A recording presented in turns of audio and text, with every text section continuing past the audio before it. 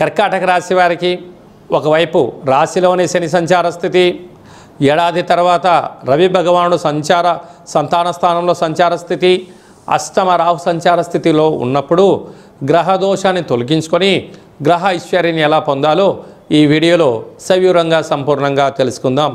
కర్కాటక రాశిలో ఏ నక్షత్రాలు వస్తాయనగా పునర్వసు నక్షత్రంలోని చివరి పాదం 4వ పాదము, పుష్యమి నక్షత్రంలోని 4 పాదాలు, ఆశ్లేష నక్షత్రంలోని 4 పాదాలు కలిపితే కర్కాటక రాశి. రాశాధిపతి చంద్రభగవానుడు.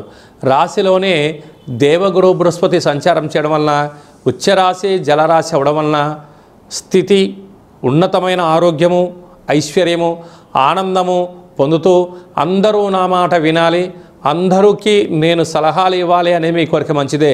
కానీ కాలక్రమంలో మీకన్నా కూడా కొందరు తెలివైన వారు ఉంటారు అని చెప్పి కూడా గమనించగలగాలి. కనుక పెద్దవాడు చెప్తుంటారు, అతి తెలివైన వాడితో పెట్టుకోకూడదట, అదృష్టవంతుడితో పోటీ పడకూడదంట, అలాగా మూర్ఖుడితో వాగ్వివాదం చేయకూడదట.